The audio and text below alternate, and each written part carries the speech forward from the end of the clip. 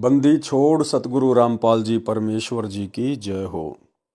परम पिता परमात्मा सारी सृष्टि के रचनहार कुल मालिक असंख्य ब्रह्मांडों के स्वामी जगत गुरु तीनों लोकों में प्रवेश करके सबका धारण पोषण करने वाले राजाधिराज आत्माधार नाथों के नाथ देवों के देव महादेव सर्वेश्वर महेश्वर मृत्युंजय अजरो अमर आदि अनादि सनातनी प्रभु जगत पिता जगदीश्वर श्री श्री 1008 की उपाधि के वास्तविक अधिकारी अकाल मूरत शब्द स्वरूपी राम वासुदेव सर्वगतम ब्रह्म परम पूज्य प्रथम पूज्य परम संत परम पुरुष परम धनी परम दयालु सत्य कबीर हक्का कबीर अल्लाहु कबीर अल्लाहु अकबर बाखबर अल्लाह ताला जगत के तारणहार जगत के मुक्तिदाता जगत के जगन्नाथ हारे के सहारे हिंदुओं के राम मुसलमानों के अल्लाह सिखों के वाहिगुरु ईसाइयों के मसीह दया के सागर दया निधि करुणा के सागर करुणा निधि स्वयंभू परिभू संकट मोचन कष्ट हरण मंगल करण दुख भंजन अविगत कबीर निर्विकार निर्विषम परमात्मा अलय अलेख सतगुरु आदि अनादि सतगुरु असली मर्यादा पुरुषोत्तम असली राम असली कृष्ण असली घनश्याम असली मुरारी राजाओं के राजा महाराजाओं के महाराजा शहंशाहों के शहंशाह सम्राटों के सम्राट भगवानों के भगवान अल्लाहों के अल्लाह प्रभुओं के प्रभु मसीहों के मसीह सच्चे वाहिगुरु बाबाओं के बाबा पीरों के पीर सेठों के सेठ जगत सेठ सावड़सा सेठ सर्वगुण संपन्न अनंत कोटि कलाओं के स्वामी अनंत कोटि ब्रह्मांडों के नायक योगियों में महायोगी ध्यानियों में महाध्यानी सिद्धों में परम सिद्ध ज्ञानियों में तत्वज्ञानी ब्रह्म ज्ञानी महाज्ञानी परम ज्ञानी सर्वश्रेष्ठ ज्ञानी विज्ञानी युवा कबीर समरथ कबीर असमवात अमित ओजा सच्चे रहनुमा करीम अल्लाह सुभान अल्लाह दुनिया के अंतिम पैगंबर 8 सितंबर 1951 से गांव धनाना जिला सोनीपत हरियाणा भारतवर्ष की पावन भूमि पे प्रकट रियल कल की भगवान श्री नारायण साकार हरि श्री बाबा साहिब शब्द स्वरूपी राम संत श्रोमणी सतगुरु रामपाल जी परमेश्वर जी के चरण कमल में साध संगति से जुड़े हुए हम सभी सत्सेवक भाई बहनों का अनंत कोटि दंडवत प्रणाम। सत्साई भाई और बहनों, दया पूज्य गुरुदेव भगवान की सतगुरु रामपाल जी परमेश्वर जी की जिनके शुभ आशीर्वाद से आप और हम सभी सत्सेवक भाई बहन साध संगति से जुड़कर गुरुदेव के तत्व ज्ञान को आधार बनाकर उन्हीं के आशीर्वाद से अपनी आत्मा के कल्याणार्थ हेतु भक्ति मार्ग पर निरंतर आगे की ओर बढ़ रहे हैं। भाई और बहनों, पूज्य गुरुदेव जी के कर कमल से लिखित पवित्र ग्रंथ मुक्ति बोध के ऊपर वीडियो बनाने की श्रृंखला जारी है। इस श्रृंखला में आज हमारा ये दूसरे नंबर का वीडियो है और इस पवित्र ग्रंथ मुक्ति बोध से हमें ज्यों-ज्यों हम आगे बढ़ेंगे 5 या 6 वीडियो के बाद में आप और हमें भक्ति मार्ग से संबंधित बहुत सारी नई नई और गूढ़ जानकारियां प्राप्त होती चली जाएंगी, जो जानकारियां हमारे विश्वास को दृढ़ करेंगी। और विश्वास दृढ़ हुए बिना हम परमेश्वर को प्राप्त नहीं कर सकते, क्योंकि परमेश्वर कहते हैं कहे कबीर सुनो वे साधो मैं तो हूँ विश्वास में, और विश्वास बनेगा ज्ञान से और ज्ञान समझ में आएगा सतगुरुदेव भगवान के आशीर्वाद से, और गुरुदेव का आशीर्वाद बना रहेगा उनका कृपा पात्र बने रहने से। उसके लिए आपको साथ संगति से जुड़ना पड़ेगा। तो चलिए भाई और बहनों आगे बढ़ते हैं। आज मुक्ति बोध में पेज नंबर 9 है,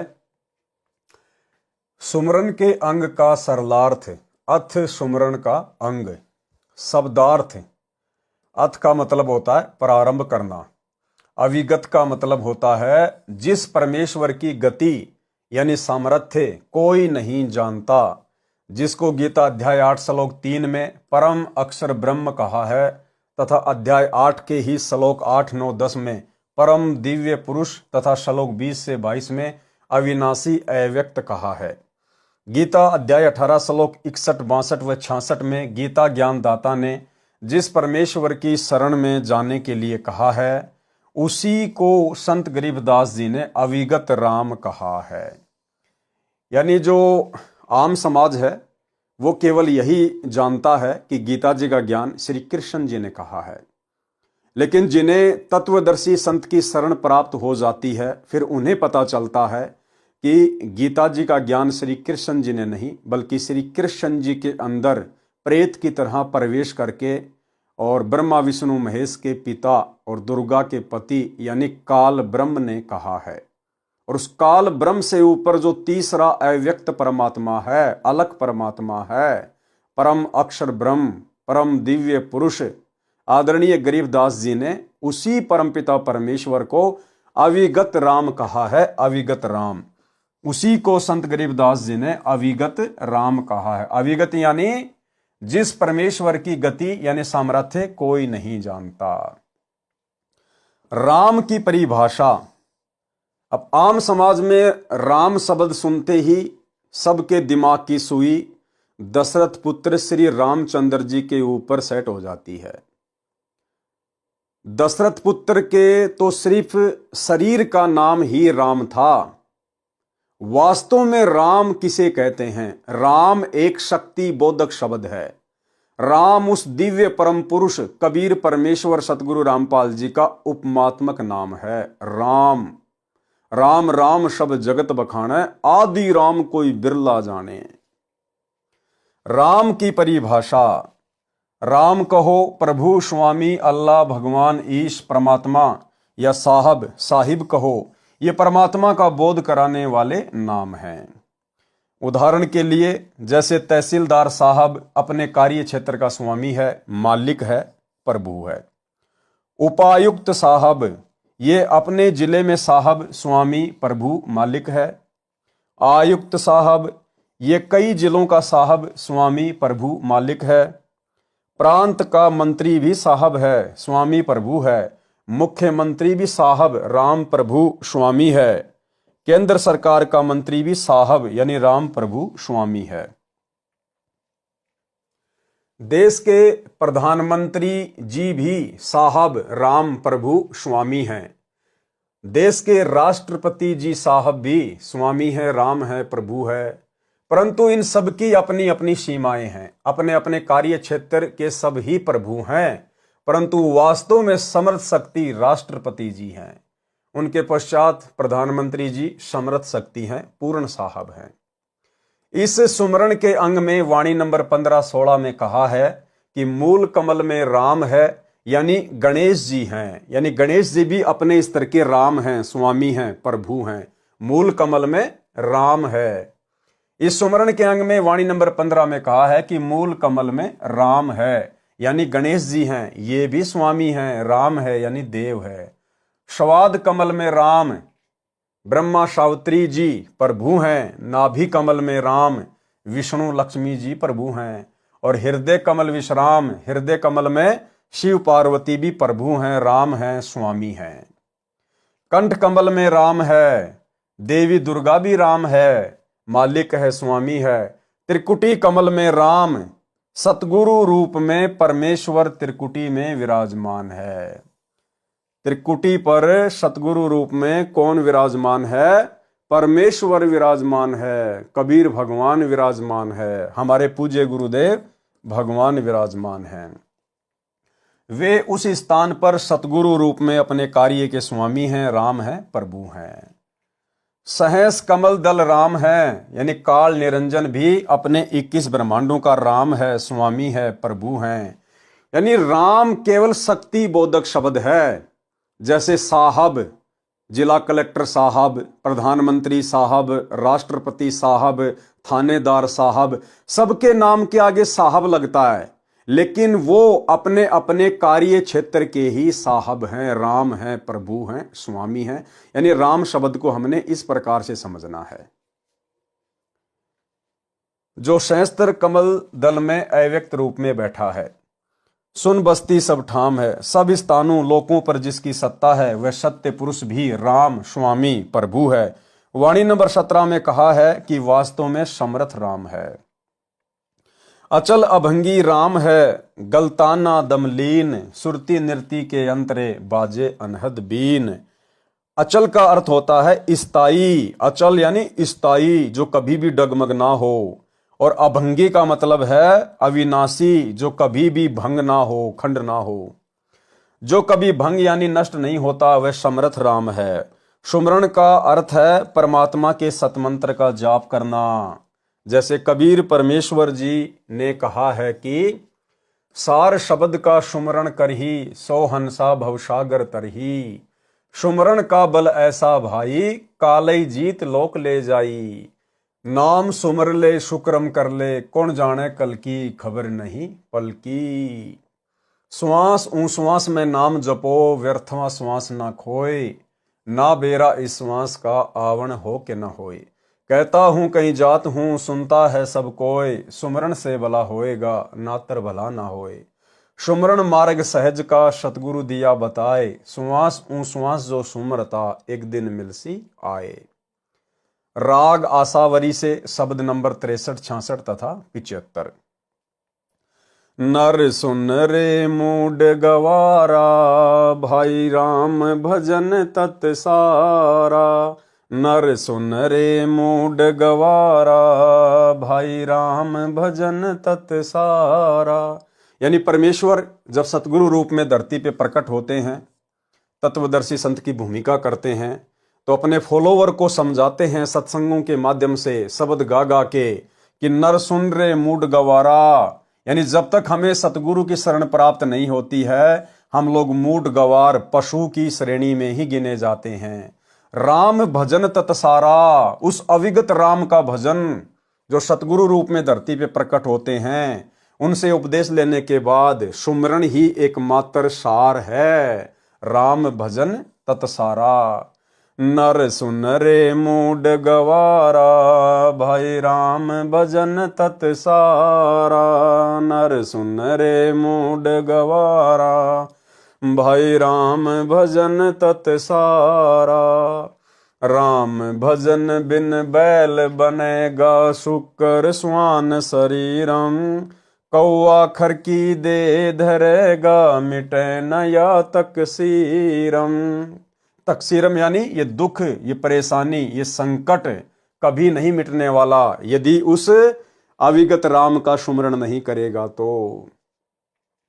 कीट पतंग भवंग होत है, गिद्दड़ जम्बक जूनी। बिना भजन जड़ वृक्ष कीजिए, पद बिन काया सूनी। भक्ति बिना नर खर एक हैं, जिन हर पद नहीं जाण्या। पार ब्रह्म की परख नहीं रे, पूज मुए पाषाणा। सथावर जंगम में जगदीशम, व्यापक पूर्ण ब्रह्म बिनानी। निरालंब न्यारा नहीं दर्शे, भुगत चारों खानी। तोलन मोल वजन नहीं आवे, अस्थिर आनंद रूपम। घटमट में तत् सेति न्यारा, सोहम सेति स्वरूपम। बादल छा ओस का पानी, तेरा यो उन्माना। हाट पटन कृत्रिम सब झूठा, रिंचक सुख लिपटाना। नराकार निर्भय निर्बानी, सुरत निरत निरतावै। आत्म राम अतीत पुरुष को, गरीब दास यों पावे। आगे क्या लिखा है परमेश्वर ने? भजन करो उस रब का, जो दाता है कुल सब का। भजन करो उस रब का, जो दाता है कुल सब का। जो सारी सृष्टि का दाता है, जो तीनों लोकों में प्रवेश करके सबका भरण पोषण करता है। 7 शंख ब्रह्मांड अक्षर पुरुष के, 21 ब्रह्मांड ज्योति निरंजन के, और ऊपर के लोकों में कितने ब्रह्मांड हैं, कितने द्वीप हैं, उनकी तो गिनती ही नहीं है। और इनमें जितने भी प्राणी रहते हैं, परमेश्वर सबका भरण पोषण करते हैं, सबका ध्यान रखते हैं। तो कहते हैं उस एकमात्र परमात्मा का, अविगत राम का, कबीर परमेश्वर का भजन करो, जो सबका दाता है। भजन करो उस रब का, जो दाता है कुल सब का। भजन करो उस रब का, जो दाता है कुल सब का। बिना भजन भय मिटे नियम का, समझ बूझ रे भाई। सतगुरु नाम दान जिन दीन्या, यों संतों ठहराई। सत्य कबीर नाम करता का, कल्प करे दिल देवा। सुमरण करे सुरत से लापै, पावे हर पद भेवा। आसन बंद पवन पद पर नाभि नाम जगावे। त्रिकुटी कमल में पद्म झल के जासे ध्यान लगावे। सब सुख भुगता जीवत मुक्ता दुखदारी दर दूरी। ज्ञान ध्यान गलतान हरि पद जो कुरंग कस्तूरी। गज मोती हस्ती के मस्तक उन्मुन रह दीवाना। खाए न पीवे मंगल घूमे आठ भगत गलताना। ऐसे तत्पद के अधिकारी पलख अलख से जोरे। तन मन धन सब अर्पण कर ही नेक न माथा मोरे। बिन ही रसना नाम चलत है निर्वाणी से नेहा। गरीब दास भोडल में दीपक छानी नहीं सनेहा। आगे परमेश्वर ने क्या लिखा है? भक्ति मुक्ति के दाता सतगुरु भक्ति मुक्ति के दाता। भक्ति मुक्ति के दाता सतगुरु भक्ति मुक्ति के दाता। पिंड प्राण जिन दान दिए हैं जल से सिरजे गाता। उस दरगाह को भूल गया है कुल कुटुंब से राता। रिद्धि सिद्धि कोटि तुरंगम दीने ऐसा धनी विधाता। उस समर्थ की रीज छुपाई जग से जोड़ा नाता। मुश्किल से आसान किया था कहाँ गई वो बाता। सत सुकरत को भूल गया है ऊंचा किया ना हाथा। 21 खंड होते हैं जो तरवर के पाता। थूनी डिगी था कहाँ पावे यो मंदिर डे जाता। इस देही को देवालोच तू नर क्यों उकलाता। नर देही नारायण यही है सनक सनंदन साथा। ब्रह्म मुहूर्त सूरत नगरी सुन सरोवर नाता। या पर भी का पार नहीं रे सकल कर्म कट जाता। सुरति नृति मन पवन बंद कर मेरुदंड चढ़ जाता। शैष कमल दल फूल रहे हैं अमी महारस खाता। जहाँ अलख निरंजन जोगी बैठा जहाँ से रहा न भाता। गरीब दास पारंग प्राण है शंख कमल खिल जाता। राग बसंत से शब्द नंबर 8। कोई है रे परले पार का जो भेद कहे झनकार का। कोई है रे परले पार का जो भेद कहे झनकार का। वारही गोरख वारही दत्त वारही ध्रुव प्रहलाद अर्थ। यानी जितने भी महापुरुष हैं जिनके नाम गिनाए जा रहे हैं परमात्मा कह रहे हैं कि ये सब के सब वार ही हैं। वारी यानी इस तरफ हैं, इस काल के लोक में ही हैं, अभी तक ये पार नहीं हुए हैं। वार ही गोरख वार ही दत्त वार ही ध्रुव प्रहलाद अर्थ। वार ही सुखदेव वार ही व्यास वार ही पारासुर प्रकाश। वार ही दुर्वासा दरवेश वार ही नारद सारद शेष। वारही भरतरी गोपी चंद वारही सनक सनंदन बंद। वारही ब्रह्मा वारही इंद वारही सैंस कला गोविंद। वारही शिव शंकर सो सिंब वारही धर्म राय आरंभ।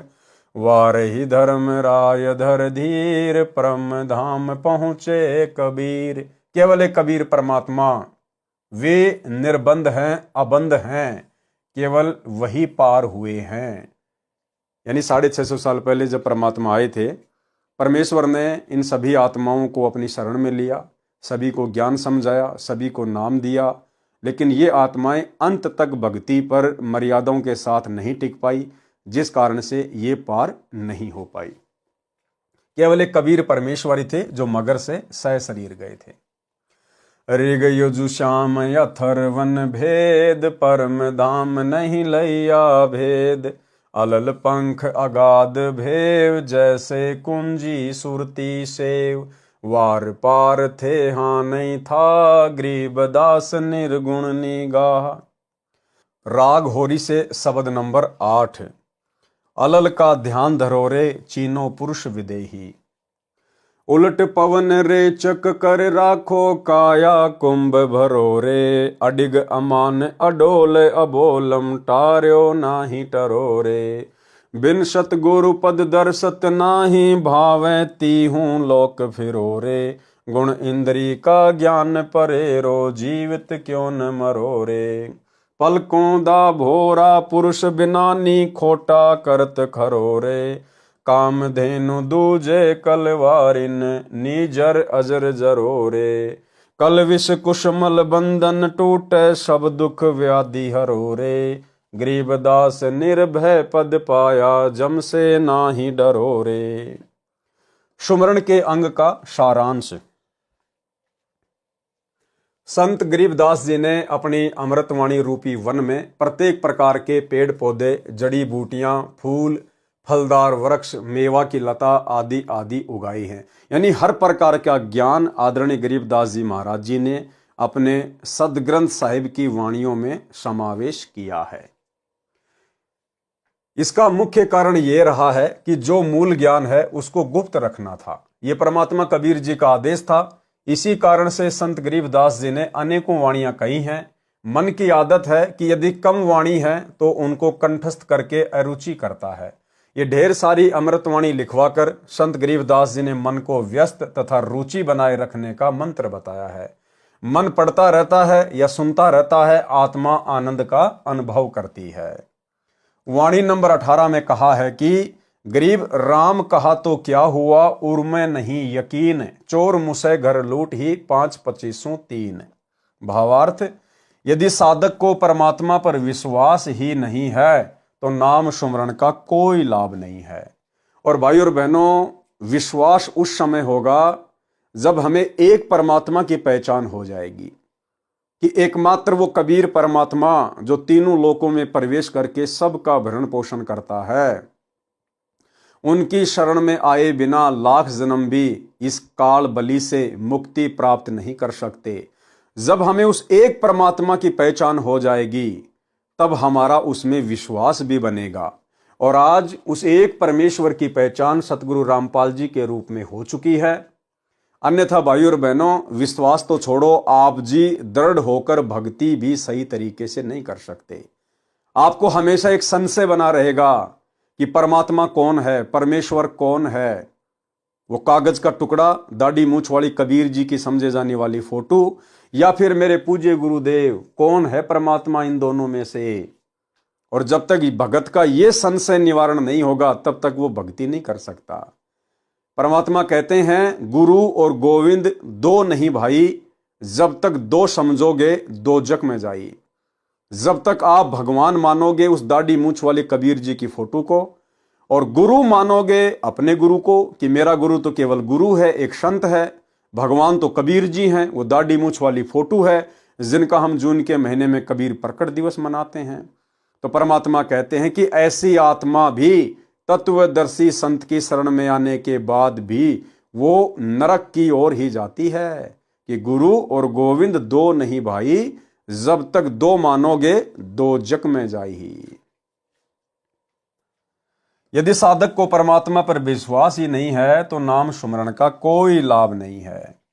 उसके मानव जीवन को काम, क्रोध, मोह, लोभ, अहंकार रूपी 5 चोर मुश यानी चुरा रहे हैं।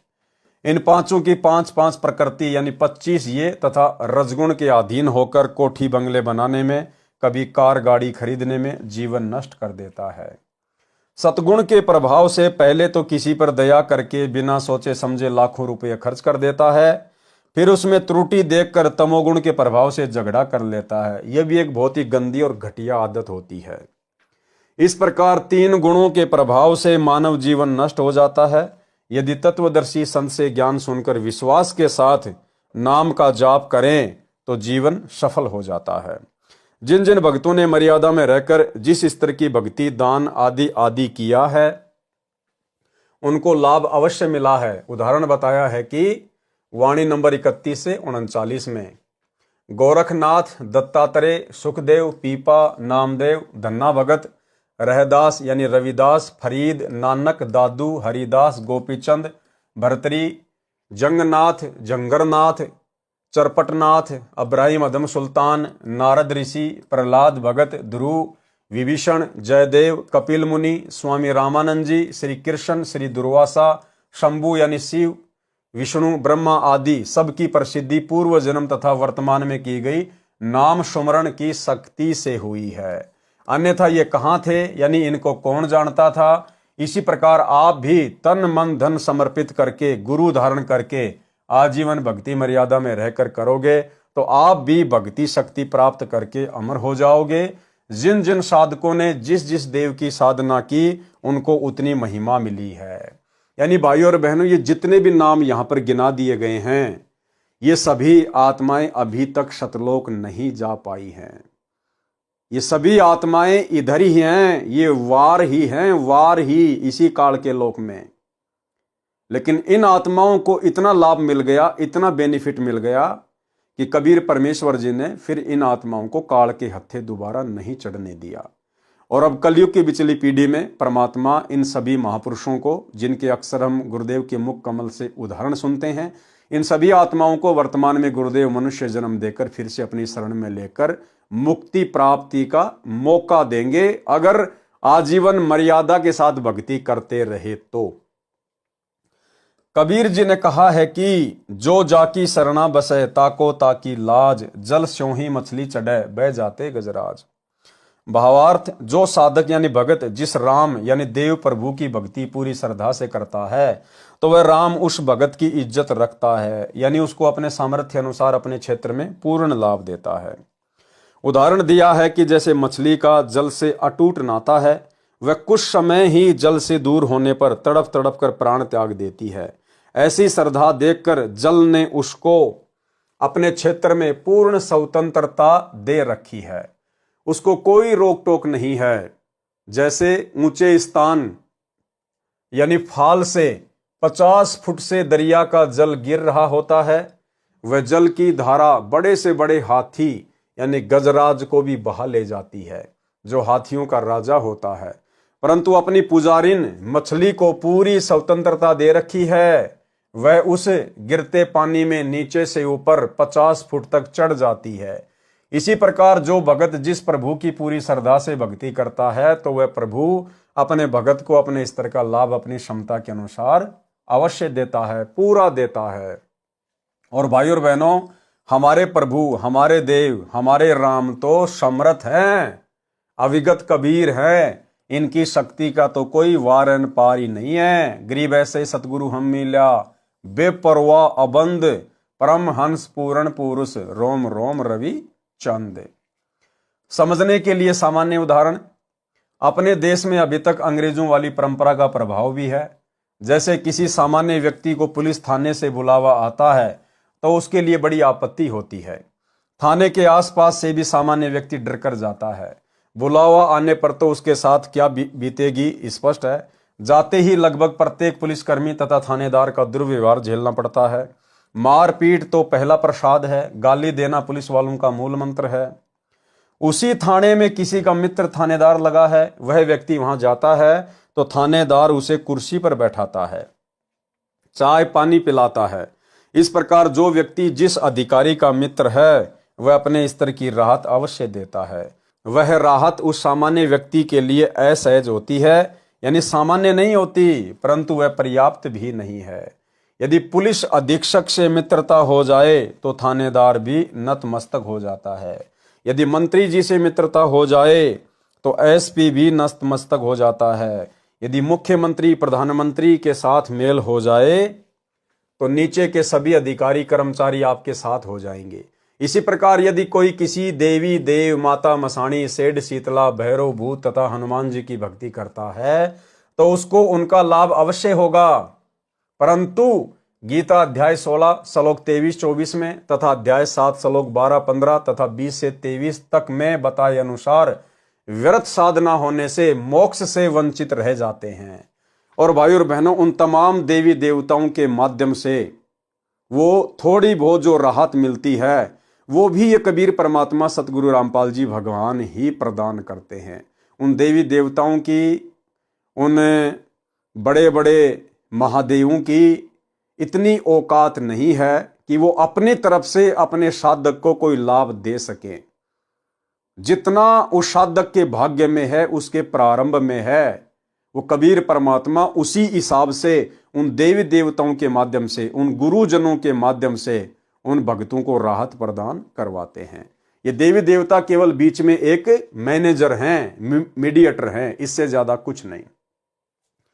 कर्म का फल भी अच्छा बुरा भोगना पड़ता है, इसलिए यह साधना करके भी हानि होती है। इसलिए संत गरीबदास जी ने वाणी नंबर 38 में कहा है कि गरीब ऐसा निर्मल ज्ञान है, निर्मल करे शरीर और ज्ञान मंडलिक हैं, चकवे ज्ञान कबीर। भावार्थ, वेदों, गीता, पुराणों, कुरान, बाइबल आदि का ज्ञान तो मंडलिक यानी अपनी अपनी सीमा का है, डिविजनल है, परंतु परमेश्वर कबीर जी द्वारा बताया आध्यात्मिक सत्य ज्ञान यानी तत्व ज्ञान, सूक्ष्म वेद, चक्रवर्ती ज्ञान है, जिसमें सब ज्ञानों का समावेश है, वह कबीर वाणी है। वाणी नंबर 41 और 42। गरीब गगन मंडल में रहत है, अविनाशी आप अलेख, जुगन जुगन सत्संग है, धर धर खेले भेख।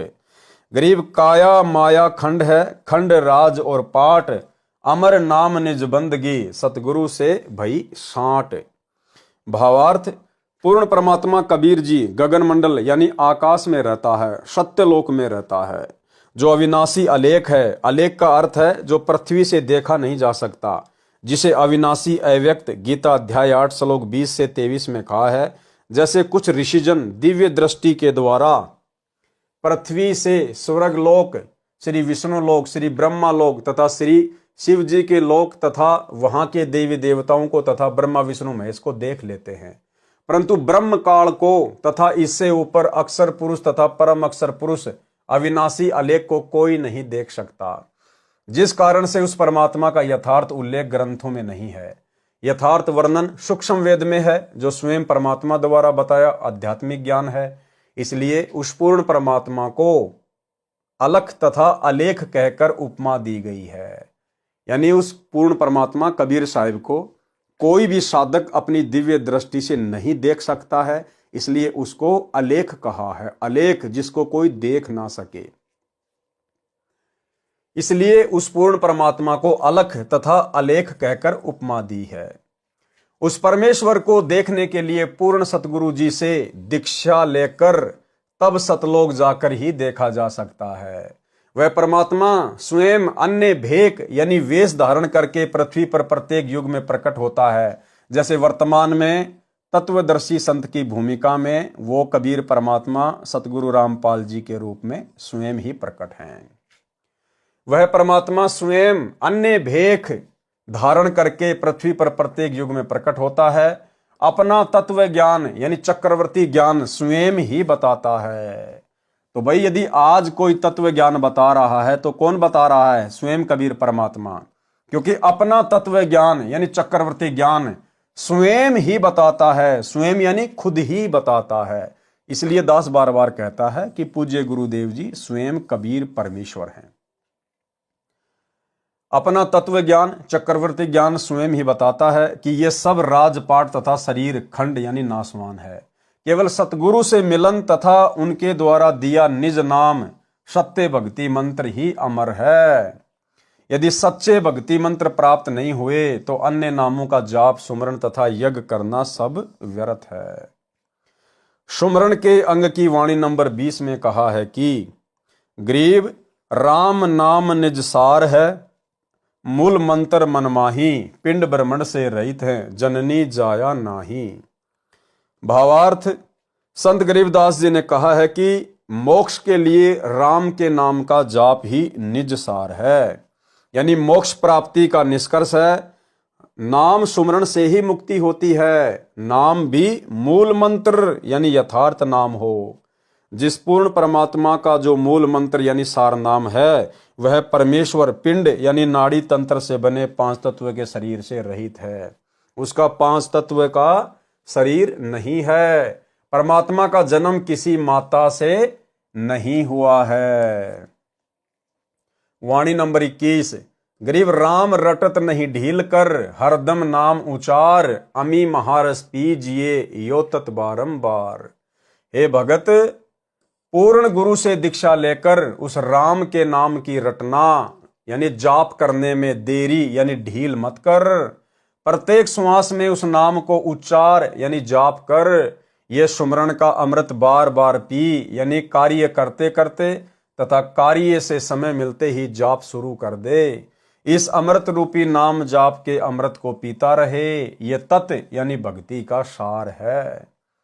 यदि यथार्थ नाम प्राप्त नहीं है तो चाहे पुराणों में वर्णित धार्मिक क्रियाएं करोड़ों गाय दान करो, करोड़ों धर्म यज्ञ जोनार यानी जिम्मनवार करो, किसी लड़के के जन्म पर भोजन कराना करो, चाहे करोड़ों कुएं खुदवाओ, करोड़ों तीर्थों के तालाबों को गहरा करवाओ, जिससे जम की मार यानी काल की चोट यानी कर्म का दंड समाप्त नहीं हो सकता। केवल कबीर परमेश्वर जी से उपदेश प्राप्त करके और उनका जो निज नाम है केवल उसी का सुमरण करने से जीव मुक्ति प्राप्त कर सकता है और जितने भी ये कर्म के दंड हैं इनकी चोट से बच सकता है। वाणी नंबर 22। गरीब कोटि गऊ जे दान दे, कोटि जग जो नार, कोटि कूप तीर्थ खने मिटे नहीं जम्मार। जैसे किसी देव या संत के नाम का मेला लगता है, उसका स्थान किसी छोटे बड़े जलाशय के पास होता है। श्रद्धालुओं को उस तालाब से मिट्टी निकलवाने को कहा जाता है तथा उसको पुण्य का कार्य कहा जाता है। यदि सतनाम का जाप नहीं किया तो मोक्ष नहीं होगा। साधक को अन्य साधना का फल स्वर्ग में समाप्त करके पाप को नरक में भोगना होता है, इसलिए सब व्यर्थ है। वाणी नंबर 23। गरीब कोटिक तीर्थ बरत करी, कोटि गज करी दान, कोटि अश्व विप्रो दिए मिटे न खेचा तान।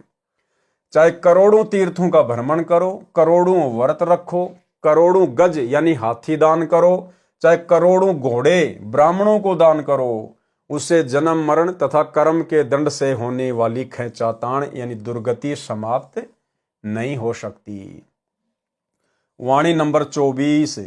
गरीब पार्वती कै उर धर्या, अमर भई क्षण माही, सुखदेव की 84 मिटी निरालम निज नाम। वाणी नंबर 24 का भावार्थ है कि जैसे पार्वती पत्नी शिव शंकर को जितना अमृतत्व वह भगवान शिव जितनी आयु नाम प्राप्ति के बाद जिएगी, फिर दोनों की मृत्यु होगी, इतना मोक्ष है। उसको भी देवी जी को शिव जी को गुरु मानकर निज मंत्रों का जाप करने से प्राप्त हुआ। ऋषि वेदव्यास जी के पुत्र सुखदेव जी को अपनी पूर्व जन्म की सिद्धि का अहंकार था, जिस कारण से बिना गुरु धारण किए ऊपर के लोकों में सिद्धि से उड़कर चला जाता था। जब श्री विष्णु जी ने उसे समझाया और स्वर्ग में रहने नहीं दिया, तब उनकी बुद्धि ठिकाने आई। राजा जनक से दीक्षा ली, तब सुखदेव जी की उतनी मुक्ति हुई जितनी मुक्ति उस नाम से हो सकती थी। परमानेंट मुक्ति यहाँ के किसी भी देव महादेव के नाम से नहीं हो सकती। परमानेंट मुक्ति केवल कबीर परमेश्वर सतगुरु रामपाल जी की शरण में आकर उपदेश प्राप्त करने से और आजीवन मर्यादित रहकर भक्ति सफल करने से ही संभव है। परमेश्वर कबीर जी अपने विधान अनुसार राजा जनक को भी त्रेता युग में मिले थे। उनको केवल हरियम नाम जाप करने को दिया था, क्योंकि वे श्री विष्णु जी के भगत थे। वही मंत्र सुखदेव को प्राप्त हुआ था, जिस कारण से वे श्री विष्णु लोक के स्वर्ग रूपी होटल में आनंद से निवास कर रहे हैं। वहीं से विमान में बैठकर अर्जुन के पुत्र यानी अभिमन्यु के पुत्र राजा परीक्षित को भागवत सुधा सागर की कथा सुनाने आए थे, फिर वहीं लौट गए। गरीब ऋषभ देव के आइया, कबी नामे अवतार, नो योगेश्वर मैं रमा, जनक विदेही उधार। भावार्थ, परमेश्वर कबीर जी अपने विधान अनुसार कि परमात्मा ऊपर के लोक में निवास करता है, वहां से गति करके आता है, अच्छी आत्माओं को मिलता है, उनको अपनी वाक यानी वाणी द्वारा भक्ति करने की प्रेरणा करता है, आदि आदि। राजा ऋषभ देव जैन धर्म के प्रथम तीर्थंकर को मिले थे। अपना नाम कबीर देव बताया था। ऋषभ देव जी ने अपने धर्म गुरुओं ऋषियों से सुन रखा, कहते हैं उनको सत्य ज्ञान बताकर उनको सही दिशा दी। परंतु राजा जनक ने विष्णु उपासना को नहीं त्यागा। राजा जनक से दीक्षा लेकर सुखदेव ऋषि को स्वर्ग प्राप्त हुआ, परंतु वह पूर्ण मोक्ष नहीं मिला, जो गीता अध्याय 15 श्लोक 4 में कहा है। क्या कहा है कि तत्वदर्शी संत से तत्व ज्ञान समझने के पश्चात अध्यात्म अज्ञान को तत्व ज्ञान रूपी शस्त्र से काटकर उसके पश्चात परमेश्वर के उस परम पद की खोज करनी चाहिए, जहां जाने के पश्चात साधक लौटकर संसार में कभी नहीं आते, यानी कभी फिर जन्म मृत्यु नहीं होती। जिस परमेश्वर से संसार रूपी वृक्ष की प्रवृत्ति विस्तार को प्राप्त हुई है, यानी जिस परमेश्वर ने संसार की रचना की है, केवल उसी की भक्ति करो, केवल उसी की भक्ति। वाणी नंबर 24 में यही स्पष्ट किया है कि यदि स्वर्ग जाने की भी तमन्ना है तो वे भी विशेष यानी निज मंत्रों के जाप से ही पूर्ण होगी। और वर्तमान में भाई और बहनों, यदि किसी को काललोक तक की भी पूर्ण भक्ति करनी है तो वो मंत्र भी सतगुरु रामपाल जी परमेश्वर जी के पास ही उपलब्ध हैं। वर्तमान में एकमात्र अधिकारी गुरु सतलोक के और निरंजन लोक के स्वर्ग के केवल सतगुरु रामपाल जी परमेश्वर ही हैं। परंतु ये इच्छा तत्व ज्ञान के अभाव से है। जैसे गीता अध्याय 2 श्लोक 46 में बहुत सटीक उदाहरण दिया है कि सब ओर से परिपूर्ण जलाशय बड़ी झील प्राप्त हो जाने पर छोटे जलाशय यानी तालाब में मनुष्य का जितना प्रयोजन रह जाता है, उसी प्रकार तत्व ज्ञान की प्राप्ति के पश्चात विद्वान पुरुष का वेदों ऋग्वेद यजुर्वेद सामवेद अथर्ववेद में प्रयोजन रह जाता है। यानी जब हमें तत्वदर्शी संत मिल जाता है, जब हमें उनसे वो अनमोल तत्व ज्ञान सुनने को मिल जाता है, तो उसके बाद फिर किसी साधक की इच्छा यहाँ के स्वर्ग में बैकुंठ में ब्रह्मलोक में जाने की बनेगी ही नहीं। जिस प्रकार पुराने समय में गांव के गांव किसी तालाब या जोहड़ के भरोसे रहा करते थे, और उन गांव वालों को यदि कोई उससे बड़ा 3-4 गुना बड़ा जोहड़ या तालाब मिल जाए तो उन गांव वालों की आस्था फिर छोटे तालाब में जितनी रह जाती है, ठीक इसी प्रकार तत्वदर्शी संत से तत्व ज्ञान प्राप्त होने के पश्चात साधक की इच्छा फिर शतलोक में लग जाती है, फिर ब्रह्मा विष्णु महेश के लोक में नहीं रह पाती है। भावार्थ, तत्व ज्ञान की प्राप्ति के पश्चात अन्य देवताओं से होने वाले क्षणिक लाभ, स्वर्ग व राज्य प्राप्ति से अधिक सुख, समय तथा पूर्ण मोक्ष, गीता अध्याय 15 श्लोक 4 वाला मोक्ष जो परमेश्वर परम अक्षर ब्रह्म, गीता अध्याय 8 श्लोक 3, 8, 9, 10, 20 से 23 वाले परमेश्वर के जाप से होता है की जानकारी के पश्चात, यानी उस सतलोक के राजा कबीर परमेश्वर सतगुरु रामपाल जी की यथार्थ जानकारी के पश्चात भगत की जितनी श्रद्धा अन्य देवताओं में रह जाती है।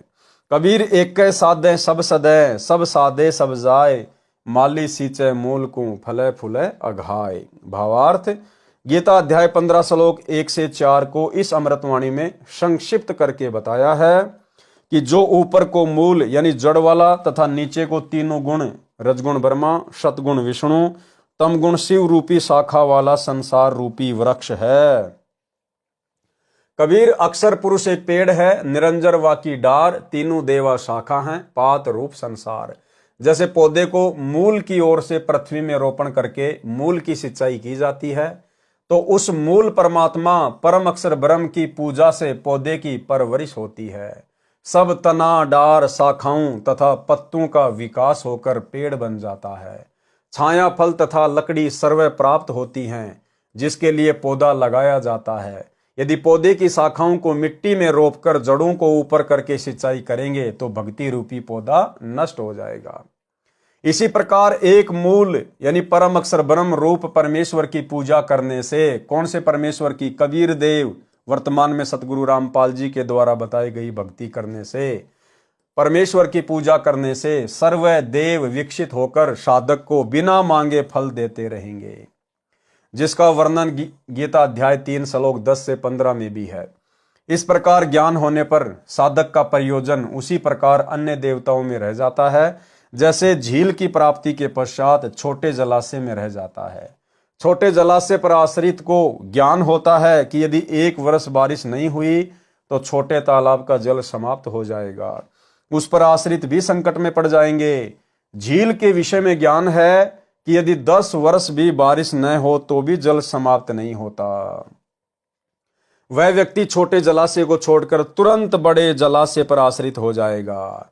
ठीक इसी प्रकार जब तत्वदर्शी संत से सत्संग सुनने के पश्चात साधक को ज्ञान होता है कि भाई ये देव महादेव ब्रह्मा विष्णु महेश यानी काल निरंजन जो 21 ब्रह्मांड का स्वामी है, इसकी भक्ति भी हमें परम सुख प्रदान नहीं कर सकती, इसकी भक्ति भी जन्म मरण से छुटकारा प्राप्त नहीं करवा सकती। इसलिए जब साधक को पता चल जाएगा कि परम अक्षर ब्रह्म की भक्ति करनी चाहिए और परम अक्षर ब्रह्म स्वयं धरती पर तत्वदर्शी संत की भूमिका करता है ज्ञान समझाने के लिए, उसके पश्चात साधक का सीधा मोक्ष हो जाता है। सदा सदा के लिए वो परम शांति को सचखंड में प्राप्त करता है। भले ही छोटे जलाशय का जल पीने में झील के जल जैसा ही लाभदायक है, परंतु पर्याप्त व चिरस्थायी नहीं है। इसी प्रकार अन्य देवताओं रजगुण ब्रह्मा जी, सदगुण विष्णु जी तथा तमगुण शिव जी की भक्ति से मिलने वाले स्वर्ग का सुख बुरा नहीं है, परंतु क्षणिक है, पर्याप्त नहीं है। उसके बाद फिर 84 लाख योनियों में गधा कुत्ता सुअर बनना पड़ेगा, नरक का कष्ट भोगना पड़ेगा। इन देवताओं तथा इनके अतिरिक्त किसी भी देवी देवता पितर व भूत पूजा करना गीता अध्याय 7 श्लोक 12 से 15, 20 से 23 तथा अध्याय 9 श्लोक 25 में मना किया है। इसलिए भी इनकी भक्ति करना शास्त्र विरुद्ध होने से व्यर्थ है, जिसका गीता अध्याय 16 श्लोक 23-24 में प्रमाण है। कहा है कि शास्त्र विधि को त्याग कर मनमाना आचरण करने वालों को न तो सुख प्राप्त होता है, न सिद्धि प्राप्त होती है और न ही परम गति यानी पूर्ण मोक्ष की प्राप्ति होती है, अर्थात सब व्यर्थ प्रयत्न है। गीता अध्याय 16 श्लोक 23। इससे तेरे लिए अर्जुन कर्तव्य यानी जो भक्ति कर्म करने चाहिए और अकर्तव्य यानी जो भक्ति कर्म न करने चाहिए उसके लिए शास्त्र ही प्रमाण है, यानी शास्त्रों को आधार मानकर निर्णय लेकर शास्त्रों में वर्णित साधना करना योग्य है। गीता अध्याय 16 श्लोक 24। सुमरण के अंग की वाणी नंबर 38 में कहा है, गरीब ऐसा निर्मल ज्ञान है, निर्मल करे शरीर और ज्ञान मंडलीक हैं, चकवे ज्ञान कबीर। वाणी नंबर 47 से 50। गरीब नाम बिना क्या होते है, जप तप संयम ध्यान, बाहर भर में मानवी अब अंतर में जान। गरीब उजल हिरंबर भक्ति है, उजल हिरंबर सेव, उजल हिरंबर नाम है, उजल हिरंबर देव। गरीब निज नाम बिना निपजै नहीं, जप तप कर है कोटि, 184 त्यार है मुंड मुंडाया घोटी। गरीब नाम शिरोमणि सार है, सोहम सुरती लगाई, ज्ञान गलीचे बैठे कर सुनी सरोवर नहाई। वाणी नंबर 47 से 50 में भी यही समझाया है कि निज नाम यानी विशेष मंत्र बिना अन्य नामों का जाप तथा मनमाना घोर तप जो करते हैं उनकी साधना व्यर्थ है। गीता अध्याय 17 श्लोक 1 से 6 तक में भी यही स्पष्ट किया है। श्लोक 1 में अर्जुन ने पूछा कि आपने गीता अध्याय 16 श्लोक 23-24 में कहा है कि शास्त्र विधि के विपरीत साधना व्यर्थ है। यदि साधक शास्त्र विधि को त्याग कर श्रद्धा से अन्य देवताओं जिनके विषय में गीता अध्याय 7 श्लोक 12 से 15 यानी ब्रह्मा विष्णु महेश और 20 से 23 तथा अध्याय 9 श्लोक 23-24 में वर्णन है, यदि उनका पूजन करते हैं, उनकी स्थिति सात्विक है या राजसी है या तामसी है। अध्याय 17 श्लोक 2 से 6 तक गीता ज्ञानदाता ने उत्तर दिया, मनुष्यों की स्थिति 3 प्रकार की ही होती है। सात्विक वृत्ति के व्यक्ति तत्व ज्ञान के अभाव से देवताओं की भक्ति पूजा करते हैं। तामसी व्यक्ति प्रेतों पितरों आदि के जंत्र मंत्र में लगे रहते हैं।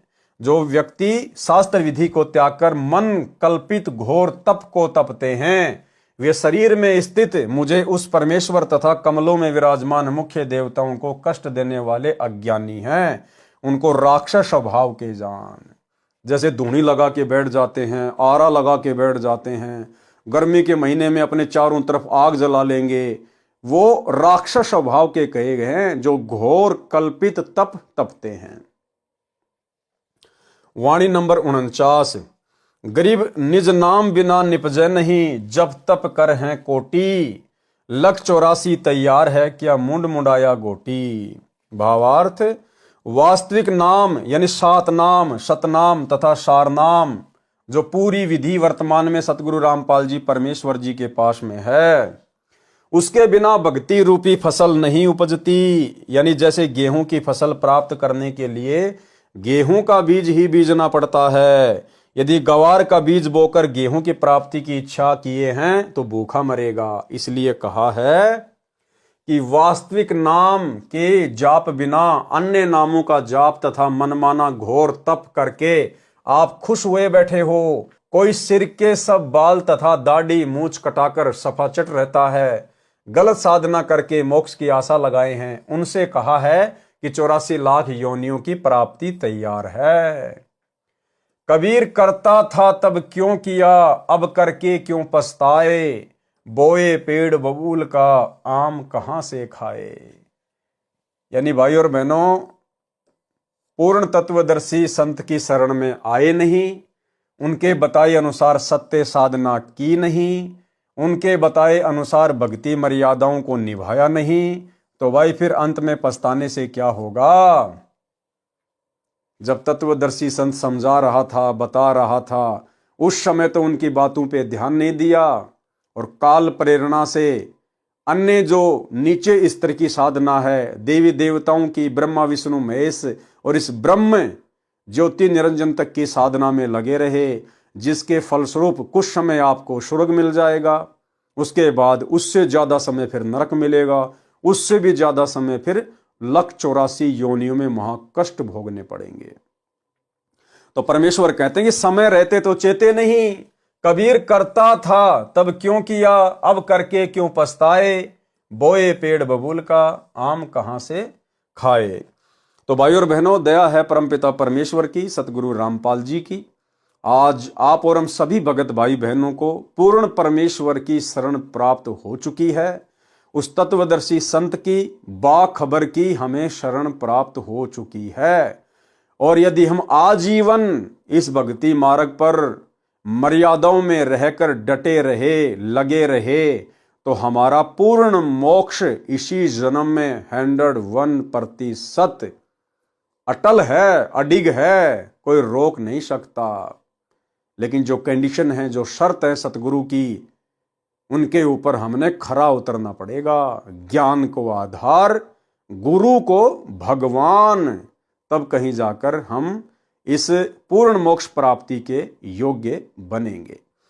तो भाई और बहनों, पूज्य गुरुदेव सतगुरु रामपाल जी के कर कमल से लिखित पवित्र ग्रंथ मुक्ति बोध के इस 2 नंबर वीडियो में आज केवल इतना ही। कल रात्रि 8 बजे सभी भाई बहन फिर से लाइव जुड़िए 3 नंबर के वीडियो में। इसी प्रकार हम धीरे धीरे आगे बढ़ेंगे। परमेश्वर के आशीर्वाद से इस पवित्र ग्रंथ मुक्ति बोध पर तकरीबन 60 से 70 के आसपास वीडियो बनेंगे। और जैसे जैसे हम आगे बढ़ेंगे, क्योंकि अभी तो शुरुआत है, कम से कम 4 या 5 वीडियो तो थोड़े बहुत नॉर्मल ही रहेंगे, एक भूमिका को लेकर चलेंगे। उसके बाद फिर परमेश्वर आगे इनमें महापुरुषों की कथाओं का वर्णन करेंगे, जिससे सुनकर हमारी आत्मा भी गदगद होगी और हमारा विश्वास भी भक्ति मार्ग पर बढ़ेगा।